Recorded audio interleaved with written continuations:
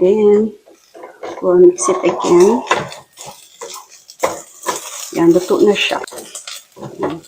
Ayan, so muntik ko na namang makalimutan ang aking pagka-vlogger.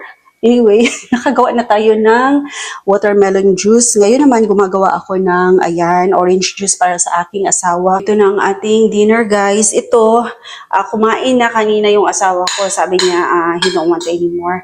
Kaya dalawang slice lang yung ginawa ko. How do you like the food, Daddy?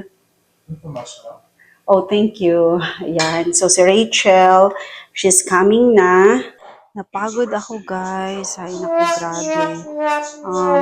Yeah, tapos na kaming kumain. Chill-chill lang ako dito ngayon. Nanonood ng TV with my husband.